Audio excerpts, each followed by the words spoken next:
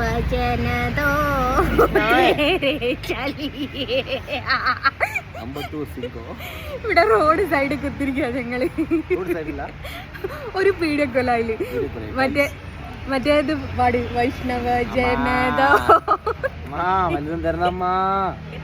പിന്നെ എല്ലാരോടും ഞാൻ പറയാണ്, ഞാനൊരു വീഡിയോ പോസ്റ്റ് ചെയ്തിട്ടുണ്ട് അല്ല. ഏറ്റവും രസം എന്താണെന്നറിയാരു, അവള് തെരുത്തള്ളയാണെന്ന് സ്വയം അംഗീകരിക്കുന്ന ഒരു വീഡിയോ. എന്റെ വാപ്പ മറ്റുള്ളവരോട് ഇപ്പൊ പുറത്ത് പോകുമ്പോ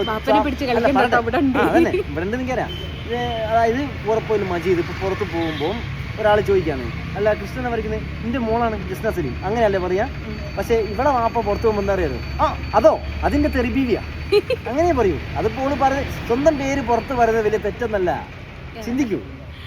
അപ്പൊ ഞങ്ങള് ഇവിടെ വൈഷ്ണവ ജനതോ ഇത് നിന്റെ അനിയൻകുട്ടനാണേ അല്ലേ ഉള്ളൂ. എന്റെ ഒരേ ഒരു ആങ്ങള, ഒന്നല്ല കൂടുതൽ ഒന്നിപ്പുള്ള. മറ്റേ അനിയത്തിപ്രാവ് സിനിമ കണ്ടിപ്പോ, അതില് ശാലിനി കെയിലെത്തിരിഞ്ഞാലും ആങ്ങളെയാ, അതിലൊരാങ്ങളെയാണ് ഇത് കേട്ടോ. അപ്പൊ എന്റെ സ്വന്തം ആങ്ങളെയാണ്, പക്ഷെ രണ്ടമ്മയുടെ പറ്റി ഇനിയിപ്പോ ഈ ഇവള് പറഞ്ഞത് ചിലപ്പം ഈ ഭാഷേനെ ഇതൊക്കെ ചിലപ്പോൾ മനസ്സിലാവേണ്ടാവില്ല. നമ്മൾ ഈ രക്തബന്ധം എന്ന് പറയില്ല, ആ ബന്ധമാണ് ഓനും ഞാനും തമ്മിലുള്ളത്. എനിക്ക് തോന്നുന്നു ഓൻ്റെ അമ്മയും എൻ്റെ അമ്മയും രണ്ടമ്മയായിരിക്കും. ഓൻ വളർന്നത് ഓൻ്റെ അമ്മേൻ്റെ വയറ്റിലും ഞാൻ വളർന്നത് എൻ്റെ അമ്മേൻ്റെ വയറ്റിലാണ്. പക്ഷേ ഞാനും ഓനും ഒറ്റ ചോരയാന്ന് പറയും. ഈ ചോരബന്ധം എന്ന് പറയും, രക്തബന്ധം എന്ന് പറയുന്നതാണ് ഞാനും ഓനും തമ്മിൽ. എനിക്ക് വേണ്ടി തോയെ ഒരാളെ കൊല്ലാൻ വരെ തയ്യാറാണ്. മോളെ ഓനാ ചെയ്യുന്നില്ല, എനിക്ക് ഒരു ഉളുപ്പും ഇല്ലാണ്ടറിയാം. അത് വേറൊന്നും കൊണ്ടല്ല, ഓനും ഞാനും കാണാൻ തുടങ്ങിയിട്ട് കാലം കുറയായി. ഇത്രയും കാലത്തിൻ്റെ ഇടയിൽ എനിക്ക് എന്തെങ്കിലും ഒരു പ്രശ്നം ഉണ്ടെങ്കിൽ ഞാൻ ഓടിയെത്തുന്ന ഓനും അറിയാം, ഓൻ എന്തെങ്കിലും പ്രശ്നം ഉണ്ടെങ്കിൽ ഞാൻ ഓടിയെത്തുന്ന ഓനും അറിയാം. അത് അങ്ങനെയാണ്, അത് ലൈഫ് ലോങ് അങ്ങനെയാണ്. അതുണ്ടല്ലോ ഗൈസ്, ശരിക്കും ഞാൻ ലക്കി ഗേളാണ്. എതിലെ പോയാലും ആങ്ങളാര്, അതൊരു ഭാഗ്യം ചെയ്തൊരു സംഭവം തന്നെ കേട്ടോ, ഇല്ലേ? അത് ഈ വിവരമില്ലാത്ത തെരുത്താത്തയ്ക്കൊന്നും പറഞ്ഞാൽ മനസ്സിലാവില്ല. കാരണം തെരുത്താത്തയ്ക്ക് മനസ്സിലാവാത്തതിന് കാരണം ഓൻ ജനിച്ചത് ഞാൻ ജനിച്ചത് ഇവള് ജനിച്ചതൊക്കെ തന്തയ്ക്കാണ്.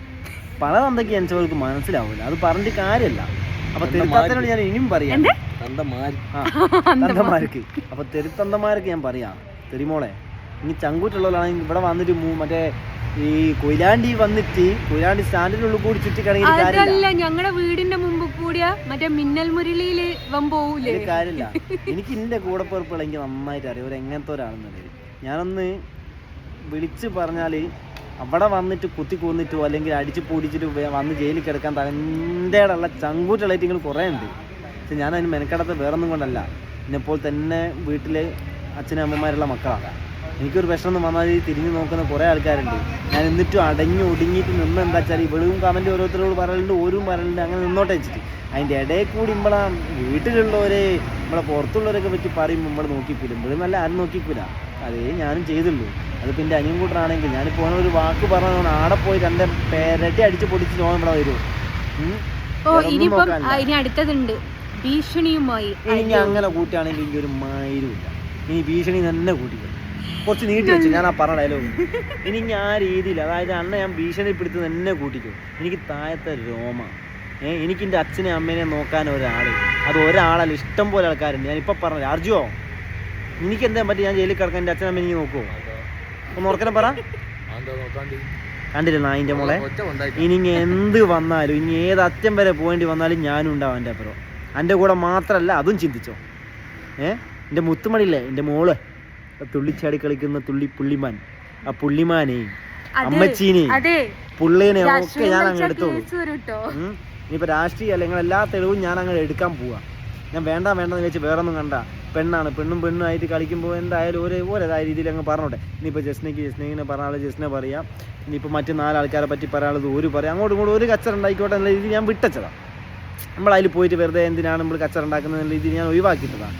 ഇടയിൽ കൂടി നമ്മളെ സ്വന്തം വീട്ടിലെ അമ്മമാരെ പറ്റുവും ഈ വീട്ടുകാരെ പറ്റുവും നമ്മളെ പറ്റിയൊക്കെ പറഞ്ഞ ഈ രീതിയിൽ ഉണ്ടാക്കി വരുമ്പം ഒറ്റ തന്തയ്ക്കും തള്ളയ്ക്കും ജനിച്ചവരാണെങ്കിൽ ഒരിക്കലും ഒന്നിനും നിൽക്കില്ല, അടക്കി അങ്ങോട്ട് പൊട്ടിക്കും. അതേ ഞാനും ചെയ്തല്ലോ. ഇനി ഞാൻ അടക്കി അങ്ങ് പൊട്ടിക്കാൻ എല്ലാവരും തെളിവും കാര്യങ്ങളും ഞാൻ തപ്പിക്കൊണ്ടിരിക്കുകയാണ്, എനിക്ക് കിട്ടും. അതെന്താ കിട്ടുന്ന കാരണം വെച്ചാൽ ഞാൻ ഒരു തെറ്റ് ചെയ്ത് കഴിഞ്ഞാൽ ഞാനിപ്പോൾ അങ്ങനെ പറഞ്ഞുകൊണ്ട് നിൽക്കുകയാണെങ്കിൽ ഇന്നെ പറ്റി അറിയുന്ന ആൾക്കാർ ഈ ഞാൻ കമൻ്റ് ഇട്ട ആൾക്കാരെ തപ്പിപ്പിടിച്ച് ഓർക്ക് എവിഡൻസ് കൊടുക്കുന്ന ഒരു പരിപാടി ഉണ്ട് നമ്മുടെ യൂട്യൂബ് സോഷ്യൽ മീഡിയയിൽ. അങ്ങനെ കുറേ പുള്ളന്മാരെ സാധനങ്ങളൊക്കെ എനിക്ക് കിട്ടിയിട്ടുണ്ട്. ആരെ കൂടെ കിടന്നതും ചെറിയ 3-4 വയസ്സുള്ള കുഞ്ഞിനെ ഒഴിവാക്കി പോയതും അതായത് 3-4 എന്ന് പറഞ്ഞു 3-4 വയസ്സുള്ള കുഞ്ഞിനെ പറ്റി തെറിച്ച് പോയതും വീഡിയോ കോളുകളും സകല ഡീറ്റെയിൽസും നമ്മളെ കയ്യിൽ കിട്ടി വരുന്നുണ്ട്. അപ്പോൾ എൻ്റെ മുത്തുമണിയെ ബൈ ബൈ. അപ്പം അങ്ങനെയാണ് അർജു ബൈ പറ. ബൈ.